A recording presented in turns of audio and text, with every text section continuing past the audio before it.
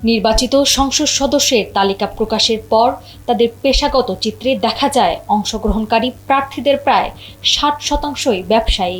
নির্বাচনের ফলাফলেও ব্যবসায়ীদের উল্লেখযোগ্য সাফল্য প্রতিফলিত হয়েছে।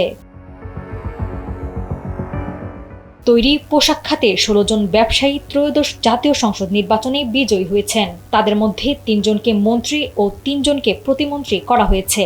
এর বাইরে তৈরি পোশাক শিল্প খাতের একজন সদস্য প্রধানমন্ত্রীর উপদেষ্টা হয়েছেন।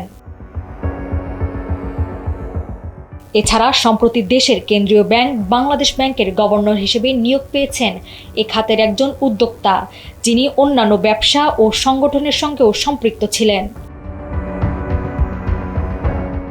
সংসদ সদস্যদের মধ্যে বিভিন্ন গার্মেন্টস ও টেক্সটাইল প্রতিষ্ঠানের মালিক ও পরিচালক রয়েছেন, যারা দেশীয় পোশাক শিল্পের উৎপাদন ও রফতানিতে গুরুত্বপূর্ণ ভূমিকা রাখছেন। তৈরি পোশাক খাতের এই শক্তিশালী প্রতিনিধিত্ব বাংলাদেশের অর্থনীতির জন্য একটি বড় সুযোগ হিসেবে দেখছেন বিশ্লেষকরা।